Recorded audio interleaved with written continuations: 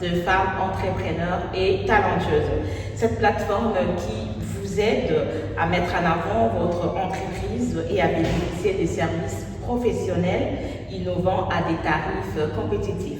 C'est aussi une plateforme qui offre un univers d'opportunités infinies à vous et à votre entreprise. Nous sommes dans ces beaux cadres de femmes entrepreneurs, une salle pour toutes vos manifestations.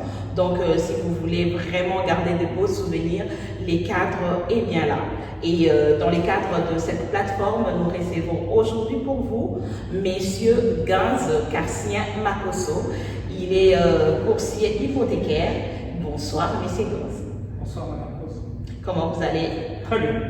Nous sommes très heureux de vous recevoir sur cette plateforme pour essayer de parler un peu de vous. D'entrée de jeu, j'aimerais que vous puissiez vous présenter à tous ceux qui vont nous suivre. Bon, comme vous l'avez déjà dit, je suis Ganz Karsien Makosso, courtier hypothécaire. Simplement un homme comme tout autre homme, marié avec ma femme et nos enfants, on a 6. Et c'est ça depuis. Je suis courtier hypothécaire depuis 3 ans bientôt. Mais dans le domaine de l'hypothécaire, je suis depuis bientôt 20 ans. Alors, c'est ça, donc, j'ai eu un cheminement où j'ai commencé premièrement à la banque, dans le milieu bancaire, où j'ai acquis une expérience en matière hypothécaire. Et après cela, j'ai décidé de devenir de me spécialiser en matière hypothécaire. Je veux dire, à la banque, j'étais plus on pourrait appeler ça un généraliste. Et par la suite, j'ai choisi de me spécialiser en hypothèque. Et puis voilà, de fil en aiguille, je suis devenu un courtier hypothécaire. Moi, j'aimerais vraiment savoir, c'est vrai que vous avez parlé d'un homme ordinaire, mais vous ne l'êtes pas, puisque déjà quand on va dans un domaine donné, ça vous donne la spécificité de ces domaines. Donc moi, j'aimerais savoir quelle est l'histoire qui est cachée derrière les courtiers hypothécaires que vous êtes. Puisqu'il y a beaucoup plus de professions, vous aurez choisi autre chose, mais pourquoi avoir choisi ça? Je vous dirais que c'est un cheminement. Au départ, comme je le disais, j'étais à la banque et j'étais un généraliste.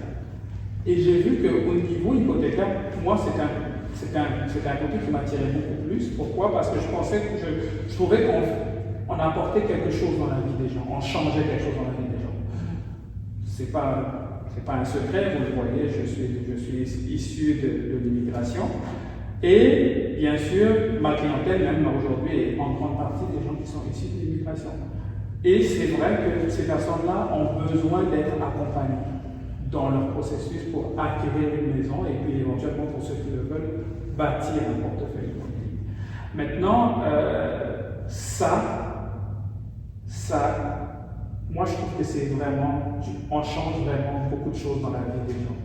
Et surtout quand une personne fait une première acquisition, le fait qu'on passe le processus et qu'on arrive au point où ils deviennent propriétaires, c'est formidable. La joie que ça peut procurer. Et moi, cette joie-là est très. Je l'aime beaucoup. J'aime beaucoup voir cette joie-là chez les gens et j'aime beaucoup aider à ce niveau-là. Ok, et là, moi, ça me pousse à vous poser cette question de savoir quel est le rôle ou qu'est fait réellement un courtier hypothécaire. Je vous dirais qu'un courtier hypothécaire, c'est comme un homme orchestre, un homme qui est dans un orchestre. Je veux dire dans un orchestre. Parce que le courtier hypothécaire, sa responsabilité surtout, c'est de trouver, alors pour la personne qui veut faire une acquisition, pour la personne qui est déjà propriétaire mais qui veut, par exemple, refinancer son bien ou qui veut acheter un autre, le travail du courtier hypothécaire, c'est de lui trouver le bon produit de financement pour elle. Vous voyez? Donc, c'est un travail qui est quand même assez complexe aussi, là, parce que ça prend beaucoup d'éléments. On a besoin de l'aide aussi des personnes qui achètent. Mais je dirais, dans l'orchestre, ça c'est la partie du courtier hypothécaire. Ça viendra aussi à parler des autres membres de l'orchestre. Les autres membres de l'orchestre, c'est quoi? C'est le courtier immobilier. Le courtier immobilier, lui, son travail, c'est de vous trouver la maison idéale. Donc c'est lui qui va vous emmener faire des visites, voir les maisons, et voir celles qui vous conviennent. Et par la suite, éventuellement faire des offres. Faire des offres, en fait, ça veut dire proposer au vendeur de la maison un prix pour sa maison. Pour sa maison. Moi, de mon côté, je vais me charger de trouver le financement. Et bien sûr, avant même d'en arriver là, le travail du courtier hypothécaire, c'est déjà de dire au client quelle est ta capacité, quelle est la maison que tu es en mesure de t'acheter en tenant compte de ta situation d'aujourd'hui. Donc, c'est un travail en aval, en amont, et c'est aussi un travail en aval, parce que quand la personne a trouvé la maison, elle a fait son offre, ben elle a besoin maintenant de son financement. Et là, on revient dans l'orchestre. Okay. On joue notre partition. Et après, il y a une autre partie dans l'orchestre, c'est l'hôtel et tout ça, mais ça, c'est des choses qu'éventuellement vous pouvez. Et parlant justement de ces autres personnes qui font partie de l'orchestre, il y a aussi les conseillers immobiliers, il y a vous avez défini quel est votre rôle. Là, j'aimerais savoir la différence qui existe entre vous et les courtiers immobiliers. Bon, la différence elle se situe à un certain niveau. C'est que le courtier immobilier, déjà, il travaille de concert. On est dans un orchestre, comme oui. on le disait, il travaille de concert. Le courtier hypothécaire, lui, trouve le financement. Il s'occupe de dire au client, voilà ce que tu es en mesure d'acheter. Et par la suite, le courtier immobilier prend le relais et emmène le client sur le marché. Le travail du courtier immobilier, c'est vraiment de trouver la maison. De trouver la maison idéale pour le client. Vous voyez? Et par la suite, on revient dans notre concept d'orchestre. Le courtier immobilier ramène le client vers le courtier hypothécaire pour lui dire désormais nous avons trouvé la maison, nous avons une offre qui a été acceptée, c'est maintenant ton travail à nous de nous obtenir le financement pour que tout soit désormais réalisé pour le client qui devienne propriétaire. Ok, on reste toujours dans les personnes qui font partie de l'orchestre. Il y a aussi des démarcheurs hypothécaires et puis des conseillers hypothécaires. D'ailleurs, en regardant votre parcours, vous avez travaillé là-dedans pendant 17 ans. Mais j'aimerais savoir aussi quelle différence qui existe entre toutes ces personnes de l'orchestre-là. Je vais vous le dire. Okay. En fait, un démarcheur hypothécaire, c'est une personne qui travaille dans le domaine hypothécaire, mais pour une institution financière, donc pour une banque. Donc en fait, c'est une personne qui est un employé de la banque. Vous comprenez?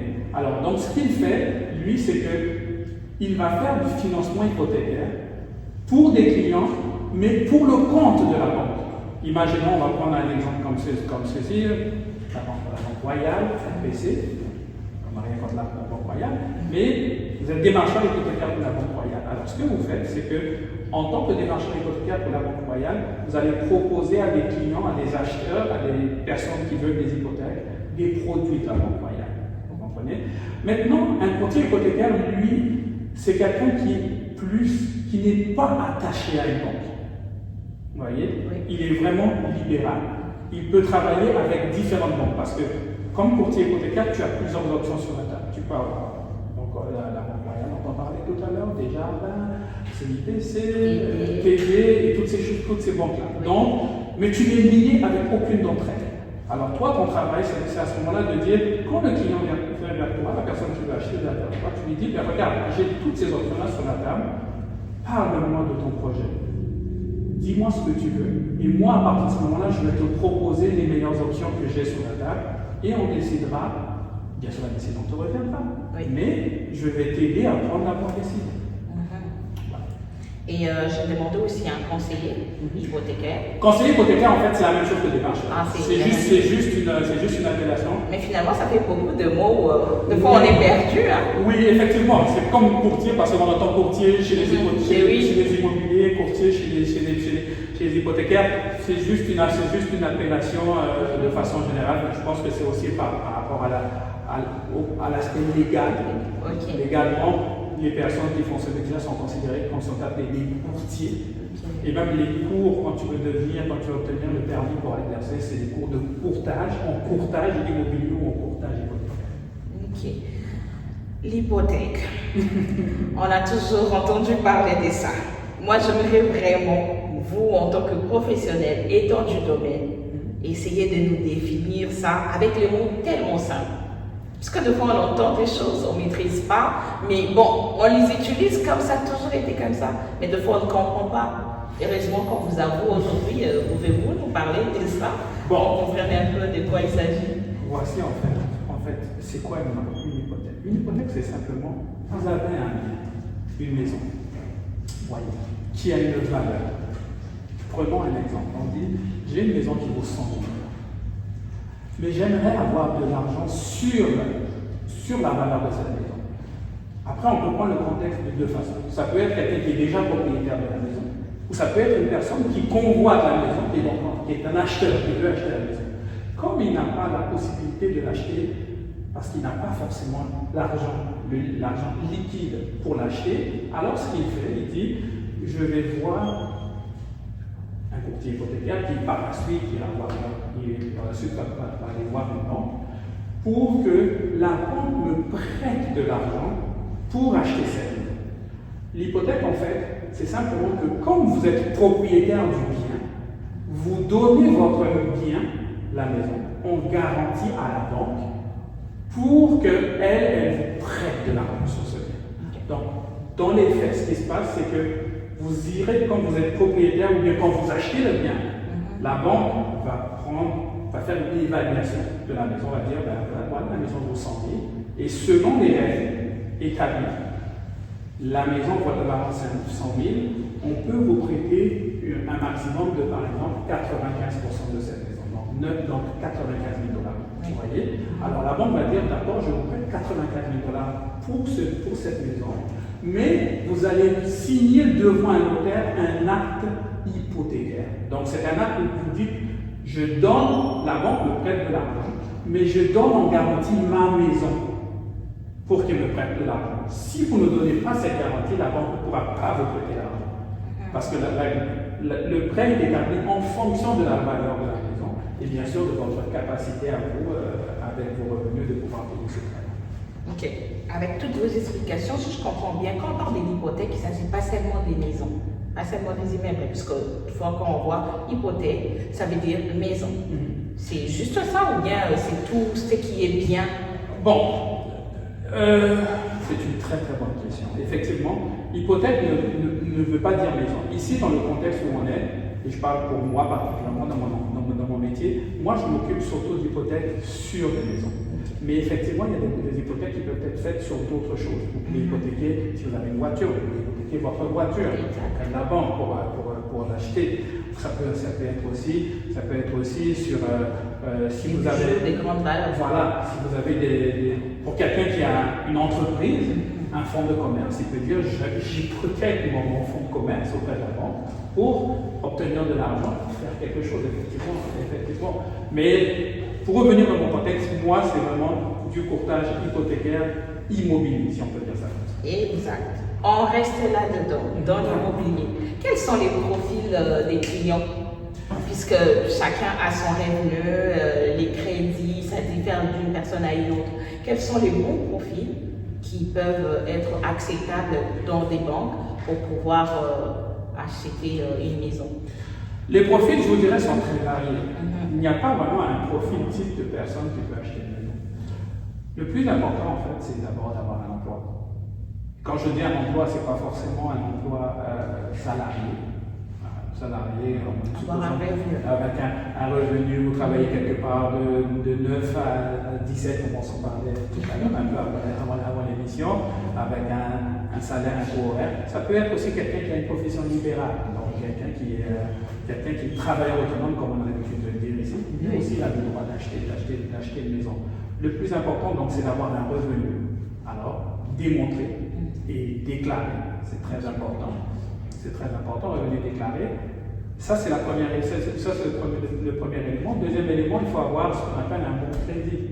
Un bon crédit, ça veut dire quoi? Ça veut dire que tout ce que vous avez eu comme crédit au fur et à mesure des années, ça peut être des cartes de crédit, ça peut être des emprunts, des prêts auto, des prêts personnels, tout ça constitue votre crédit. C'est un historique qui est établie par des agences, et ces agences-là vous donnent une note. Donc, avoir un crédit, et puis le troisième élément, c'est bien sûr avoir une mise de fonds. Mise de fonds étant le montant d'argent que vous allez donner à la banque, vous allez, on ne fait pas à la banque, que vous allez donner sur l'achat d'une maison parce que vous ne pouvez pas acheter une maison sans mettre de fonds. Ok, est-ce qu'il y a des pourcentages? Je sais qu'il y a des pourcentages, mais quel est le pourcentage pour le livre de fonds? Et bien sûr, on tient compte des maisons commerciales ou pour de maisons d'habitation. Bon, je vous dirais que le marché, ce sont deux marchés complètement différents. Ok. Le commercial, c'est beaucoup plus complexe. D'accord. Parce que le commercial, ils vont regarder des éléments comme ce qu'on appelle la rentabilité du bien que vous achetez. Oui. Par exemple, vous achetez un immeuble, je veux dire un immeuble qui a un commerce dedans. Donc il y a avec des locaux commerciaux. Ces locaux commerciaux, donc vous les louez. Alors il faudra qu'ils regardent combien vous les louez, combien c'est rentable et combien vous mettez de mise de fonds. Donc ça c'est, je vous dirais, c'est un peu plus complexe. Ok.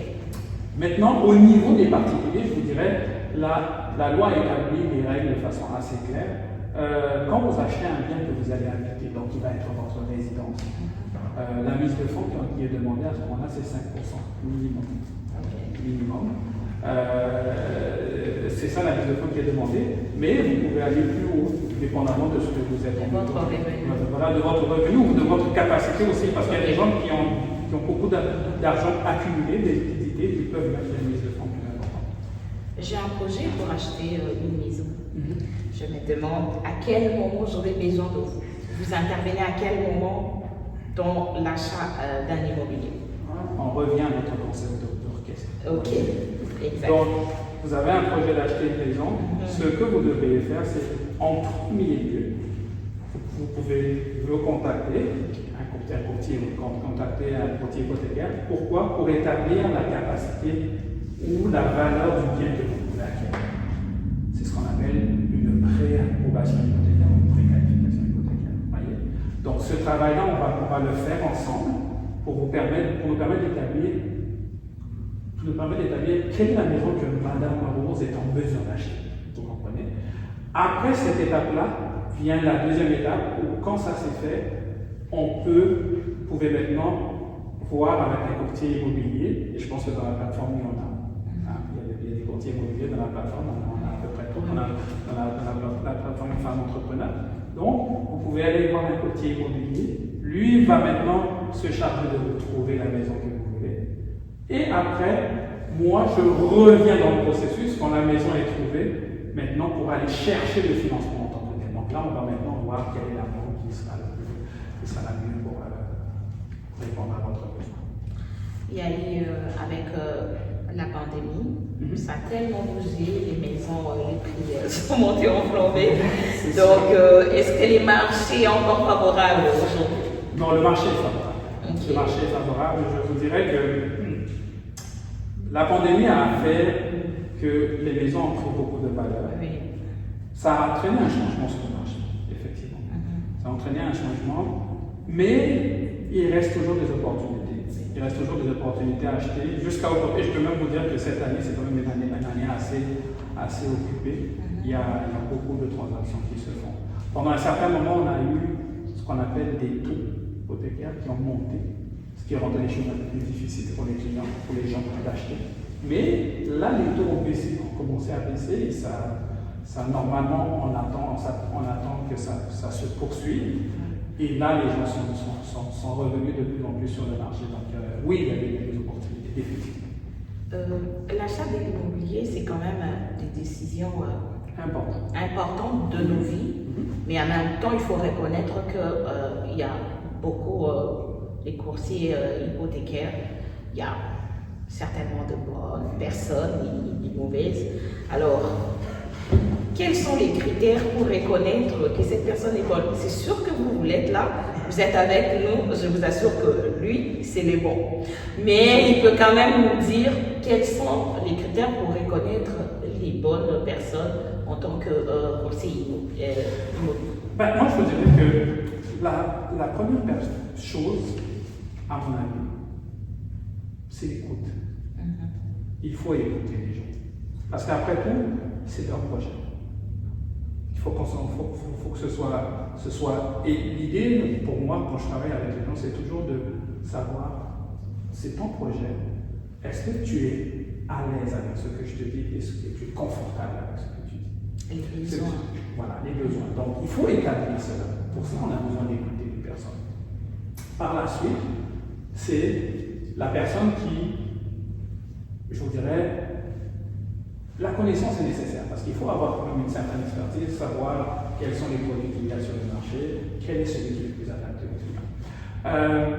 Donc ça, c'est un autre élément. Et puis, moi, je pense que la capacité de pouvoir accompagner. Surtout quand on a des gens qui font leur première acquisition, ils ne savent pas forcément dans quoi ils s'embarquent. Donc il faut donc qu'on soit en mesure de pouvoir les accompagner, leur donner les bons conseils, les rassurer. Et après, c'est sûr que par la suite, là, vous savez, on est tous passés par là. Moi-même, ce qui m'a permis, moi, en fait, quelque part, m'a permis aussi de mieux comprendre la chose, c'est quand j'ai acheté ma maison moi-même. Ça fait quand même quelques années, ça va faire bientôt 20 ans. Et là, je vous dirais que ça m'a permis de comprendre encore mieux les choses et de me dire, voilà le processus que j'ai fait et que j'aimerais que d'autres personnes fassent le même processus. Ok. Êtes-vous indispensable pour l'achat d'un immobilier ou bien je peux aussi aller seul là pour acheter ma maison? Certainement que je suis indispensable, certainement, parce que moi j'estime qu'on a un rôle central. Je le dis, c'est un orchestre, je reviens toujours au concept. C'est un orchestre, je ne suis pas la seule personne dans l'orchestre, mais c'est clair que j'ai un rôle qui est capital dans l'orchestre, au même titre que les autres personnes dans ton affaire. Oui, quand on a commencé l'émission, vous avez dit que c'était aussi dans les soucis d'aider les immigrants. C'est ce qui vous a poussé à aller dans ces domaines. Moi, j'aimerais savoir, il y a aussi des personnes qui sont en dehors du Québec ou du Canada qui veulent acquérir une maison. Est-ce que vous êtes à même de les aider? Bon, oui. Okay. Effectivement, je suis à même de les aider, de leur donner des conseils. Mais il faut qu'on tienne compte d'un élément qui est très important à l'heure actuelle. C'est que le Canada établit depuis 2023 un moratoire. Ce qui veut dire que les personnes qui habitent hors du Canada, qui ne sont pas citoyens canadiens, n'ont pas le droit d'acquérir de biens immobiliers au Canada pour le moment. Mais certains biens immobiliers, pas tous. Pas tous. Donc c'est pour ça que oui, je suis en mesure d'aider, mais il faut qu'on cerne correctement la situation pour être en mesure de pouvoir leur donner le bon conseil. Donc, si je comprends bien, avant 2023, c'était facile qu'on pouvait... Avant 2023, c'était, tu peux venir, tout ce que tu vois, si tu vois un appartement, un condo, si tu vois une maison, si tu vois autre chose, tu vois un immeuble de ce qu'on appelle un plex, donc un duplex, tu pouvais l'acheter. Mais là, aujourd'hui, c'est plus tout à fait le cas. Ok, on doit reconnaître qu'il y a toujours des avantages et des désavantages dans tous ces conflits. Quel est l'avantage d'acquérir une maison ici au Canada et les désavantages? À propos des avantages d'avoir une maison ou un bien immobilier, ici, c'est un bien immobilier, c'est une sorte d'investissement. C'est une sorte d'investissement parce que c'est un marché qui sans cesse prend de la valeur ascendante, on va dire ça comme ça. Donc, c'est un marché qui permet à une personne qui fait l'acquisition d'un bien, elle sait que plus tard, si elle décide de le revendre, elle devrait le revendre à un prix plus élevé. Donc, elle aura quelque part placé son argent. Placé son argent. Maintenant, je ne vois pas vraiment de désavantage à acquérir un bien ici.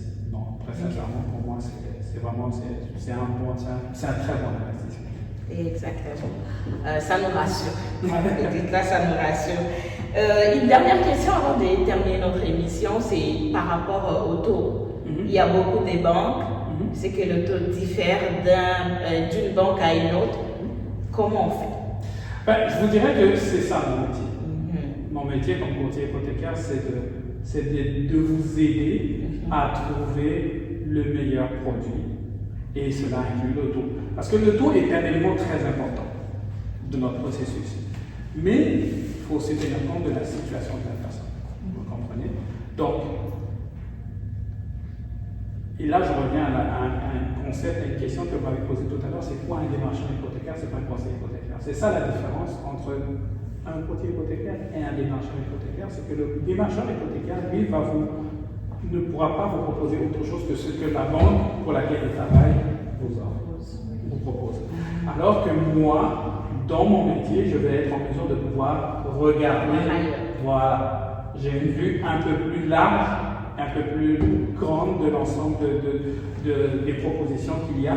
Et là, je peux dire, Madame Bose, à mon humble avis, la meilleure option, c'est ça.